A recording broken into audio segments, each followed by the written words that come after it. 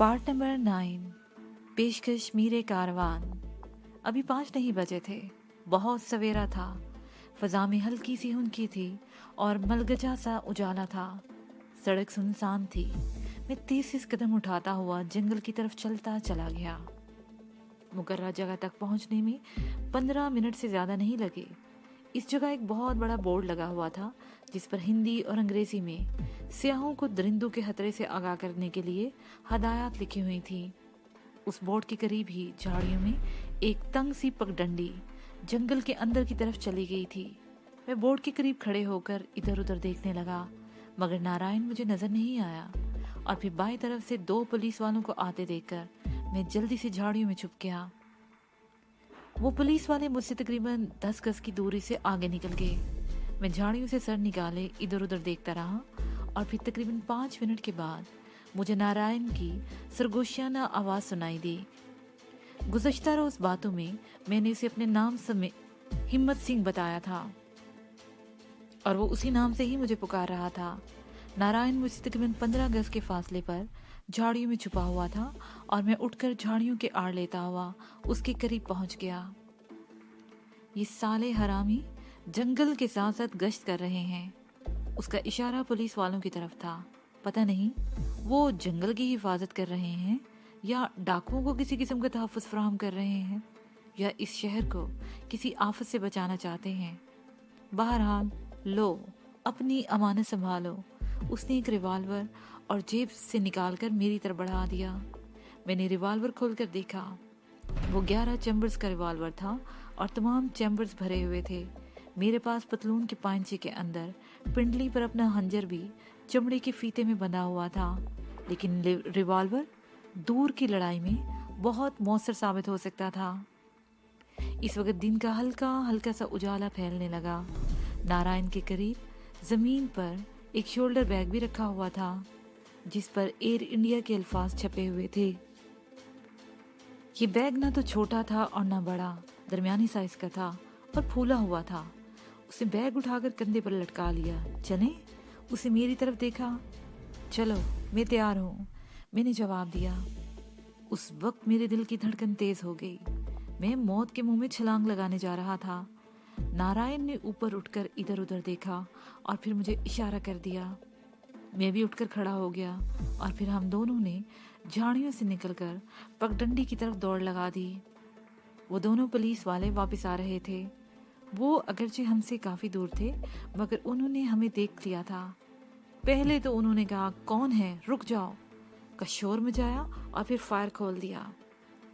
फिजा गोलियों की तड़तड़ाहट से गूंज उठी, लेकिन हम दोनों गुंजान दरख्तों में पगडंडी पर दौड़ते रहे। हमारे पीछे फायरिंग की आवाजें गूंजती रही और हम दरख्तों की आड़ लेते हुए झाड़ियों में दौड़ते ही रहे। मेरा ख्याल था कि पुलिस वाले हमारे पीछे आने की कोशिश करेंगे, लेकिन ऐसा नहीं हुआ। तकरीबन 1 मील तक दौड़ते रहने के बाद हम एक छोटी सी नदी के करीब रुक गए। नदी 3 फुट से ज्यादा चौड़ी नहीं थी, पानी गदला सा था। नारायण नदी के किनारे पर बैठकर हाँफने लगा। उसके मुंह से कफ बह रहा था। वो बार बार कुर्ते की आस्तीन से होंठ पूछ रहा था।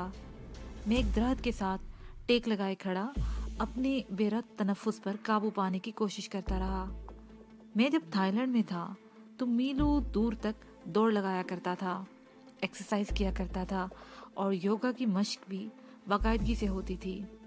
इन दिनों मेरे अंदर गैंडे जैसी ताकत और चीते की सी फुर्ती थी, लेकिन जब से मैं हिंदुस्तान आया था जिस्म को चाको चबंद रखने वाले सारे काम मुझसे छूट गए थे और मैं काहिल और सुस्त हो गया था।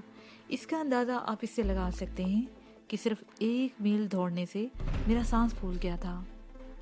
मैंने कई मरतबा सोचा था कि मैं दोबारा एक्सरसाइज शुरू करूं, मगर छोटी छोटी उलझनों की वजह से मैं अपने इरादे पर अब तक अमल नहीं कर सका था।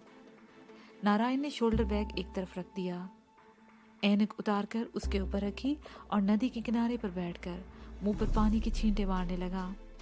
तकरीबन 5 मिनट रुकने के बाद हम आगे चल पड़े। नारायण ने बैग कंधे पर लटका रखा था और दूसरे हाथ से उसे नीचे से भी सहारा दिए हुए था। वो हर थोड़ी देर बाद बैग को अपने कंधे से उतारकर दूसरे कंधे पर लटका लेता था, जिससे मुझे अंदाजा लगाने में दुश्वारी पेश नहीं आई कि वो बैग खासा वजनी था। एक दो मरतबा मैंने उसे कहा भी था कि वो बैग थोड़ी देर के लिए मुझे दे दे, लेकिन उसने हर मरतबा टाल दिया था। हम जंगल में तकरीबन 3 मील अंदर आ चुके थे। सूरज अगरचे हासी बुलंदी पर आ चुका था, मगर दरख्त इतने ऊंचे थे कि धूप जमीन तक नहीं पहुंच रही थी। दरख्तों के नीचे झाड़ियां भी बेहद गुंजान और बाज़ जगहों पर हमारे कद से भी ऊंची थीं।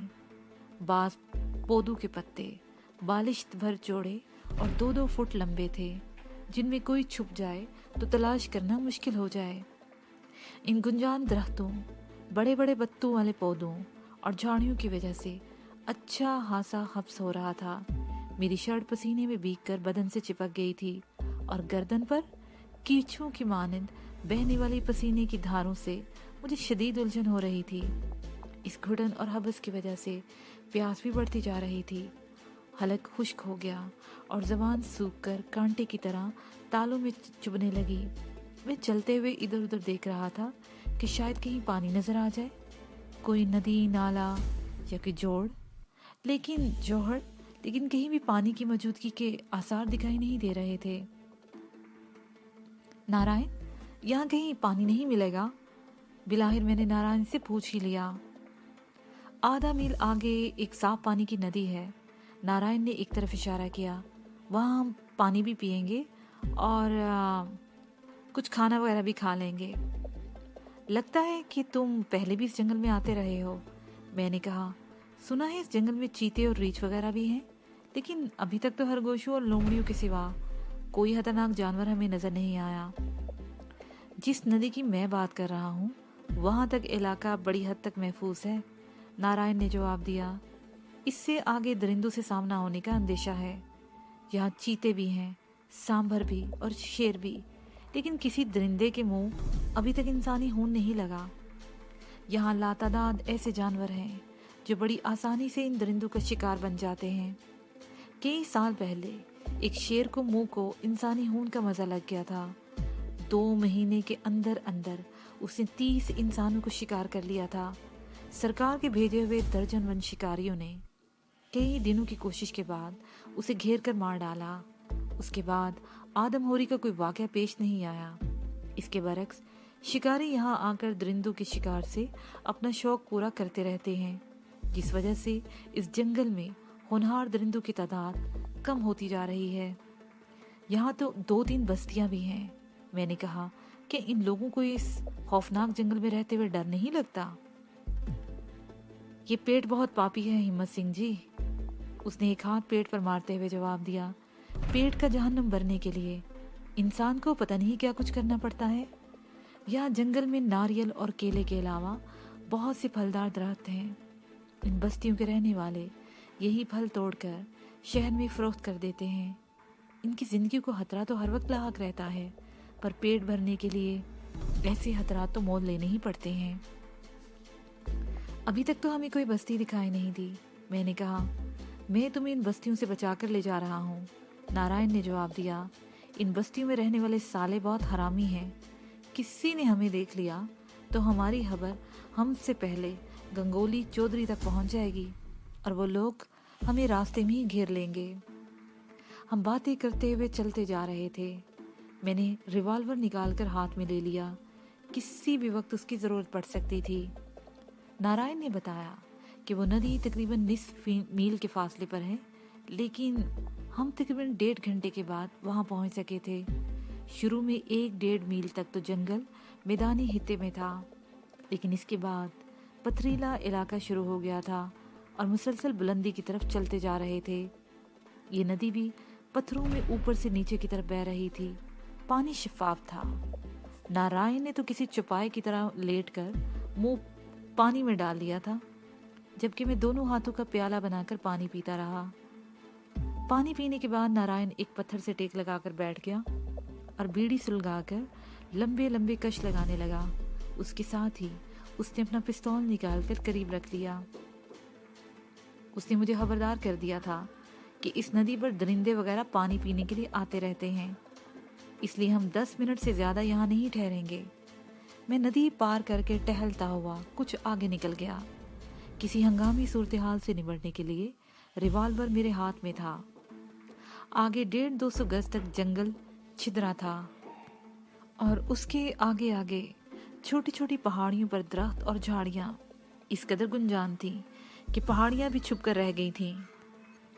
میں ایک طویل چکر کاٹ کر دوسری طرف سے واپس آیا تو ٹھٹک کر رک گیا۔ وہ خوفناک منظر دیکھ کر مجھے اپنا سانس سینے میں رکتا ہوا محسوس ہوا۔ نارائن لیٹے لیٹے اونگ رہا تھا اور اس کے پیروں کی طرف بھورے بالوں والا ایک بڑا سا ریچھ پورے قد کے ساتھ کھڑا دانت نکوس رہا تھا۔ اس کے سینے پر سفید بالوں سے انگریزی کے حرف وی کا نشان بنا ہوا تھا۔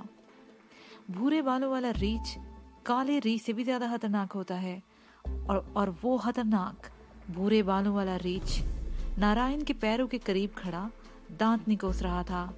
اس کی چھوٹی چھوٹی آنکھوں میں بڑی خوفناک چمک تھی۔ میں ایک درخت کی آڑ میں کھڑا ریچھ کو دیکھ رہا تھا۔ پھر جیسے ہی وہ جھکا، میں نے ریوالور والا ہاتھ آگے بڑھایا اور ٹریگر دبا دیا۔ جنگل فائر کی آواز اور ریچھ کی داڑھ سے گونج اٹھا۔ ریچھ کے بائیں کندھے کے قریب گولی لگی تھی۔ نارائن بھی گولی کی آواز سے ہڑبڑا کر اٹھ بیٹھا۔ اپنے سامنے ریچھ کو دیکھ کر بدحواسی میں اس نے لیٹے لیٹے ہی چھلانگ لگا دی اور ندی میں جا گرا۔ ریچھ داڑتا ہوا دونوں ہاتھوں سے سینہ کو بھی کر رہا تھا۔ وہ ایک بار پھر نارائن کی طرف لپکا۔ نارائن نے چیختے ہوئے ایک بار پھر باہر چھلانگ لگائی۔ اس کا پیر پھسلا اور وہ پانی میں گر گیا۔ ریچھ سینہ کو بھی کرتا ہوا اس کی طرف لپکا تو میں نے دوسرا فائر کر دیا۔ اتفاق سے یہ گولی بھی اس کے اسی کندھے پر لگی۔ اس بار اس نے نارائن پر حملہ کرنے کی کوشش نہیں کی۔ وہ مڑ کر لنگڑاتا ہوا جھاڑیوں میں غائب ہو گیا۔ میں نے دوڑ کر نارائن کو ندی سے نکالا۔ وہ بری طرح بدحواس تھا۔ اس کے چہرے پر ہوائیاں سی اڑ رہی تھی۔ اس کے حواس بحال ہونے میں اسے کئی منٹ لگے تھے۔ آنکھ لگ گئی تھی۔ وہ میری طرف دیکھتے ہوئے بولا، تم نہ ہوتے تو میری کہانی ختم ہو چکی ہوتی۔ اب کیا ارادہ ہے؟ میں نے سوالیہ نگاہوں سے اس کی طرف دیکھا۔ چلتے ہیں گرو، چلتے ہیں۔ اس نے میرے سامنے دونوں ہاتھ جوڑ دیے۔ یہاں رکنا اب خطرے سے حال ہی نہیں۔ اس نے چپل پہنی، بیگ کندھے پر لٹکایا اور پستول ہاتھ میں پکڑ لیا۔ اس کے کپڑوں سے پانی نچڑ رہا تھا۔ گیلی چپل میں پیر پھسل رہے تھے، لیکن اب وہ یہاں ایک لمحہ بھی رکنے کو تیار نہیں تھا۔ ہم سامنے والی پہاڑی کی طرف جا رہے تھے جو گنجان درختوں اور قد آدم جھاڑیوں سے ڈھکی ہوئی تھی۔ گولیوں کی آواز جنگل میں بہت دور تک گونجتی ہوگی۔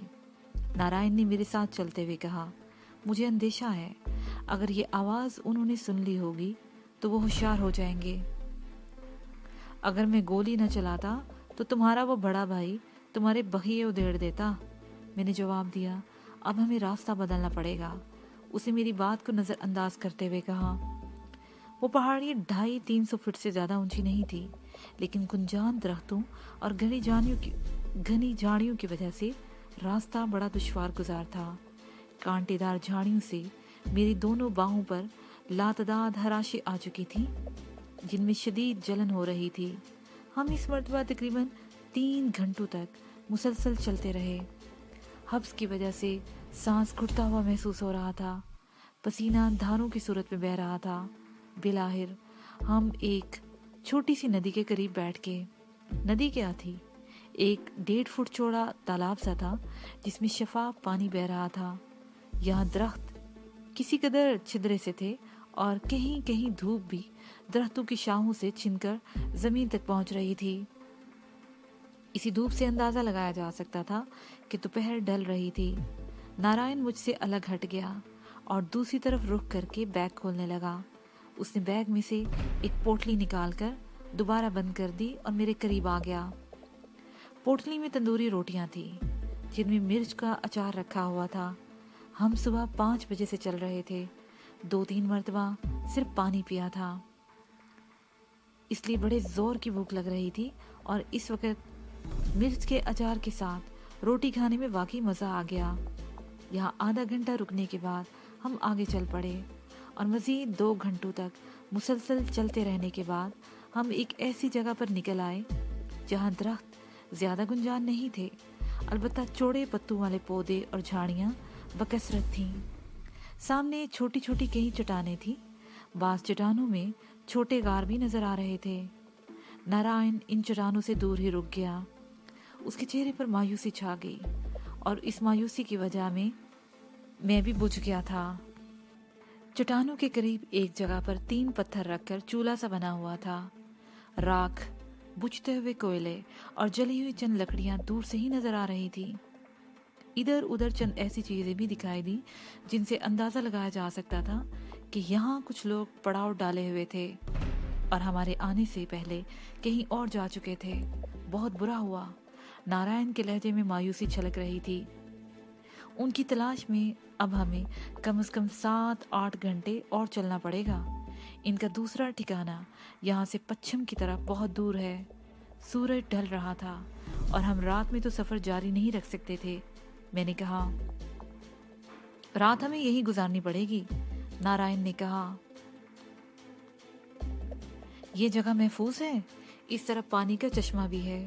اس نے درختوں کی طرف اشارہ کیا۔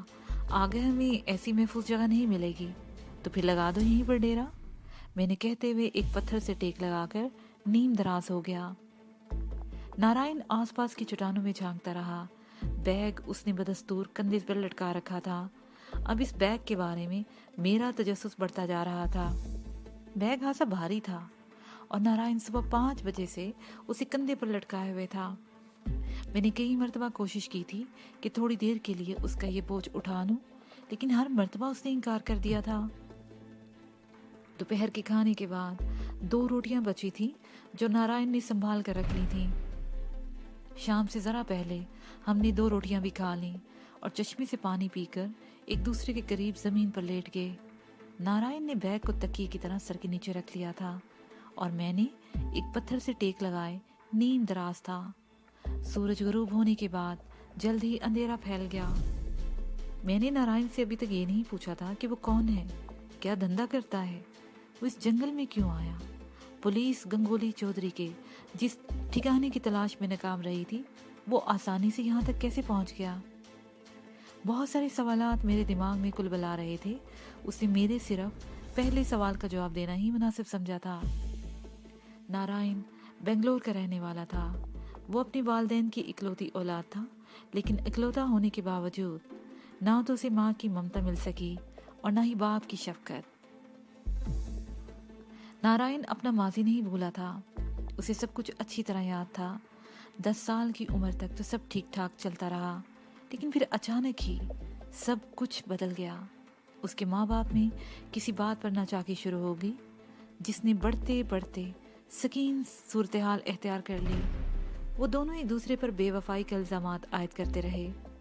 اس کے باپ نے اس کی ماں کو آوارہ اور بدچلن قرار دے کر نارائن کو اپنا بیٹا تسلیم کرنے سے انکار کر دیا، جبکہ نارائن کی ماں نے اپنے شوہر پر الزام لگایا کہ وہ آوارہ اور بدکار عورتوں کے ساتھ راتیں گزارتا ہے۔ دونوں میں علیحدگی ہو گئی۔ ماں کے پاس آمدنی کا کوئی ذریعہ نہیں تھا، وہ بیٹی کی پرورش کیسے کرتی؟ وہ نارائن کو اس کے باپ کے دروازے پر چھوڑ آئی اور نارائن کے باپ نے اسے دھکے دے کر گھر سے نکال دیا۔ دونوں میں طلاق ہوئی تو نارائن کی زندگی پر چھائے ہوئے اندھیرے کچھ اور گہرے ہو گئے۔ ماں نے دوسری شادی کر لی اور نئے شوہر کے ساتھ بنگلور چھوڑ کر چلی گئی۔ باپ شراب، جوئے اور آوارہ عورتوں کا رسیا تھا۔ ایک رات شراب خانے میں ایک عورت کی ملکیت پر جھگڑا ہو گیا۔ نارائن کے باپ نے اپنے رقیب کے پیٹ میں چھرا گھوم کر ہلاک کر دیا۔ اسے بھاگنے کی کوشش کی، مگر لوگوں نے پکڑ کر اسے پولیس کے حوالے کر دیا۔ عدالت میں کیس چلا، جرم ثابت ہو گیا اور نارائن کے باپ کو عمر قید کی سزا ہوگی۔ نارائن اس وقت 2 سال کا تھا۔ نارائن اس وقت 14 سال کا تھا۔ باپ کے جیل جانے کے بعد وہ باپ کے مکان میں آ گیا جس پر اس کا حق تھا۔ اس موقع پر اس کا ایک ہمدرد بھی پیدا ہو گیا، جگو چاچا۔ جگو چاچا پہلے بھی اسی شہر میں رہتا تھا، لیکن اس نے کبھی نارائن کو منہ نہیں لگایا تھا۔ لیکن اب उसे नारायण से बड़ी मोहब्बत हो गई थी। जग्गू शहर का बदनाम तरीन आदमी था। उसे 9 उम्र लड़कों का एक गिरोह बना रखा था जिनसे वो छोटे मोटे जुराइम करवाता था। वो 9 उम्र लड़कों के इस रेवड़ के साथ शहर के नहायत ही पसमानदा इलाके में एक खंडरनुमा मकान में रहता था, जिसे उसने अनाथ आश्रम यानी बेसहारा बच्चों की पनाहगाह का नाम दे रखा था। हालांकि उसकी आशीर्वाद में कई ऐसे बच्चे भी थे जिनके माँ बाप जिंदा थे, लेकिन वो खुद उसरत की जिंदगी गुजार रहे थे। अगर जग्गू उन बच्चों को अनाथ कहकर 2 वक्त की रोटी खिला देता था तो इसमें बुरा भी क्या था। वो ये भी जानते थे कि जग्गू इन बच्चों से जराइम का इर्तिकाब करवाता था, लेकिन उसे इससे कोई गरज नहीं थी। जग्गू ने नारायण को भी काबू में कर लिया। तमाम बच्चे उसके मकान में मुंतकिल कर दिए और नारायण का घर अच्छा खासा अनाथ आश्रम बनकर रह गया। नारायण अब कोई बच्चा नहीं रहा था, वो सब कुछ समझता था, मगर न जाने क्या बात थी कि जग्गू चाचा के सामने उसकी जुबान ही खुलती थी। जग्गू चाचा ने उसे भी जराइम के रास्ते पर लगा दिया। 2 साल गुजर गए। नारायण ने छोटे मोटे जराइम करके अच्छी खासी महारत हासिल कर रही थी। फिर एक रोज जग्गू चाचा तमाम बच्चों को छोड़कर गायब हो गया। उसके 1 हफ्ते के बाद दौलत राम अपने आदमियों को लेकर नारायण के मकान पर पहुंच गया और ये सनसनीखेज इंकशाफ हुआ कि जग्गू ने ये मकान उनको बेच दिया है 50,000 रुपए में। कागजात पर नारायण ही के दस्तखत थे। नारायण कसमें खाता रहा कि उसने मकान फरोख्त नहीं किया और ना ही किसी कागज पर कभी दस्तखत किए थे, मगर साहूकार ने उसे और तमाम बच्चों को धक्के देकर निकाल दिया। नारायण पुलिस के पास भी गया, मगर पुलिस ने भी साहूकार ही का साथ दिया। साहूकार दौलत राम ने उसे ये छूट अलबत्ता दे दी कि अगर वो 50,000 रुपये अदा कर दे तो वो मकान हाली कर देगा। दूसरी सूरत में वो अदालत का दरवाजा खटखटा सकता है। नारायण के पास ना तो साहूकार को दौलत राम को देने के लिए 50,000 रुपये थे, ना ही अदालत से इंसाफ हासिल करने के लिए रकम। वो अनाथ बच्चों को लेकर शहर से बाहर एक मंदन के खंडर में मुंतकिल हो गया। अब वही उन बच्चों का अन्नदाता था। नारायण की जिंदगी अनाथ बच्चों की परवरिश करते हुए गुजर गई। नारायण दिन में वारदातें करता और बच्चों से भी जुराइम करवाता, कभी जेल में और कभी सड़कों पर। नारायण के शब रोज इसी तरह गुजर रहे थे। वो बच्चे जैसे जैसे बड़े होते गए उसका साथ छोड़ते गए और बिलाहिर नारायण अकेला रह गया। कुछ अरसे बाद उसे भी बेंगलोर छोड़ दिया और हिंदुस्तान के मुख्तलिफ शहरों में धक्के खाता हुआ 3 साल पहले सारसिका पहुंच गया। ये जगह उसे बहुत पसंद आ गई थी और वो यहीं का होकर रह गया। नारायण ने ये नहीं बताया था कि डाकू गंगोली चौधरी को वो किस तरह जानता है और जंगल में क्यों आया है और ये किसके बैग में क्या है। मैंने भी ये सब कुछ जानने के लिए ज्यादा इसरार नहीं किया। हम देर तक बातें करते रहे। रात अगरचे ज्यादा नहीं गुजरी थी, लेकिन लगता था जैसे रात अपने आखिरी पहर में पहुंच गई हो। तारीकी में चारों तरफ से आने वाली हशरातुल अर्ज की आवाजों ने भी दिलों पर वहशत सी तारी कर रखी थी। कभी कभार किसी भेड़िए या इसी किस्म के जानवर की खौफनाक आवाजें सुनाई दे जाती। नारायण बातें करते करते सो गया था। मैं उसके बाद भी देर तक आसमान पर चमकते हुए सितारों को देखते हुए सोचता रहा कि डाकुओं की भी क्या जिंदगी है, वह ऐसे जंगलों और पहाड़ों में कैसे जिंदा है। फिर मुझे बमला का ख्याल आया। शहर की रहने वाली नाजो नाम में पली हुई लड़की यहाँ किस हाल में होगी। मुझे जानकी वगैरह का भी ख्याल आया। मेरे बाद वहाँ क्या हुआ होगा। हो सकता है ठाकर पुलिस और इंतजामिया पर चढ़ दौड़ा हो। बहरहाल ये सब कुछ तो वापस जाने के बाद ही मालूम होगा, बशर्ते कि मैं गंगोली चौधरी और जंगली दरिंदों से जिंदा बचकर वापस जा सका।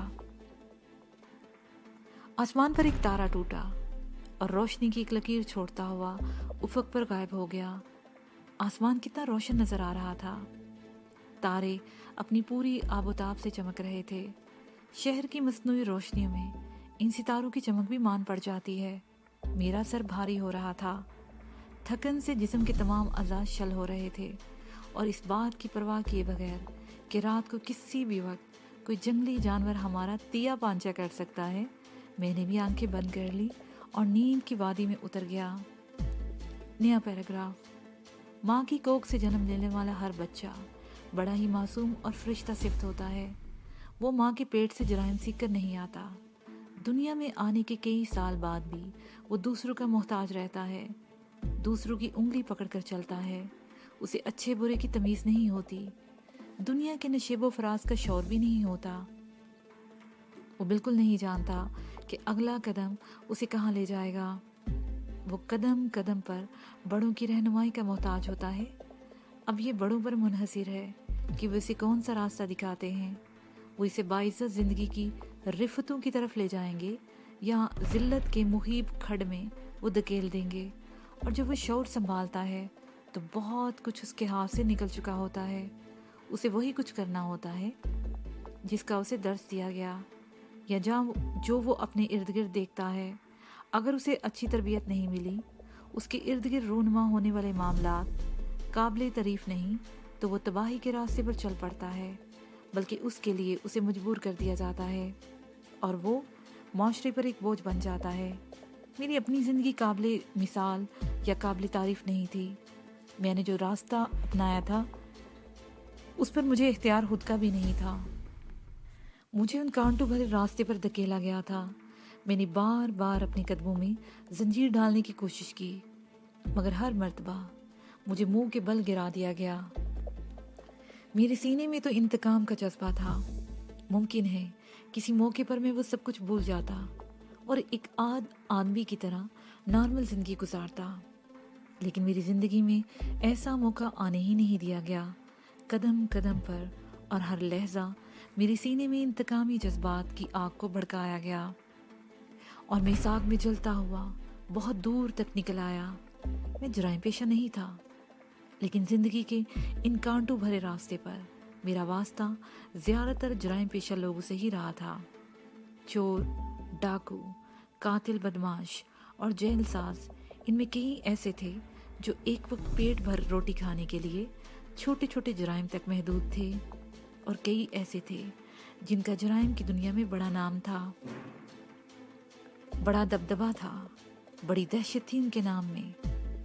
दलीलें उन सब में एक बात, लेकिन उन सब में एक बात मुश्तरक थी। उनमें कोई भी ऐसा नहीं था जिससे अपनी मर्जी से उस जिल्लत भरे रास्ते पर कदम रखा। उन्हें इस रास्ते पर चलने के लिए मजबूर किया गया था। ऐसे हर शख्स की जिंदगी के पस मंजर में एक ही कहानी थी, एक ही कथा थी, नारायण की कथा। और अब मैं उसी नारायण के साथ इस खौफनाक भयानक जंगल में चल रहा था, जहाँ किसी भी जगह गंगोली चौधरी जैसा दरिंदा घात लगाए बैठा था। नारायण जग्गू चाचा के फरेब का शिकार हुआ था और मैं बड़े एतमाद से कह सकता था कि गंगोली चौधरी का पस मंजर भी कुछ ऐसा ही होगा। वो भी किसी जग्गू चाचा के फरेब का शिकार हुआ होगा या किसी ठाकुर के सितम का शिकार हुआ होगा। यहाँ ना तो जग्गुओं और ठाकुरों की कमी थी और ना ही नारायणों और गंगोलियों का काल था। मैं सब कुछ यही सोचता हुआ नारायण के साथ चलता रहा। नारायण ने हस्बे बमूल बैग कंधे से लटका रखा था और मैंने एक बार फिर ये पेशकश की थी कि थोड़ी देर के लिए मैं उसका ये बोझ उठा लूं, मगर उसने इस मर्तबा भी हंसकर टाल दिया। हमें वहां से रवाना हुए 2 घंटे हो चुके थे। नाश्ते का तसव्वुर ही नहीं था। अलबत्ता चलने से पहले खूब सैर होकर चश्मे का पानी, ठंडा और मीठा पानी पिया था। उसके बाद फिर हमें कहीं पानी भी ना मिला। ऊंचे नीचे रास्तों पर चलते हुए पेट में ईंधन होने लगी थी। नारायण बीड़ी पर बीड़ी फूंके जा रहा था। उस बीड़ी के धुएं से भूख का एहसास वो मिटाना चाहता था। नारायण के चलते हुए मेरी नज़र इधर उधर भटक रही थी कि शायद कोई फलदार दरख्त नजर आ जाए। नारियल के कई दरख्त नजर आए थे, उन पर फल भी लगा हुआ था, मगर चिकने और सीधे तने पर 40-50 फुट की बुलंदी पर चढ़ना शायद हम दोनों में से किसी के भी बस की बात नहीं थी। रास्ते में कुकरंदे की झाड़ियां भी बकसरत थीं। खुशनुमा गुलाबी भल से भरी हुई शाही भी झुकी जा रही थी। मैंने एक पौधे से चंद ककरौंदे तोड़ लिए थे, लेकिन दाना मुंह में रखते ही उसे थूक देना पड़ा। तुलसी इस कदर थी कि ना तो मेरी जुबान उसे बर्दाश्त कर सकी थी और ना ही मैदा कबूल कर सकता था। बिलाहिर हम एक और जगह पर रुक गए।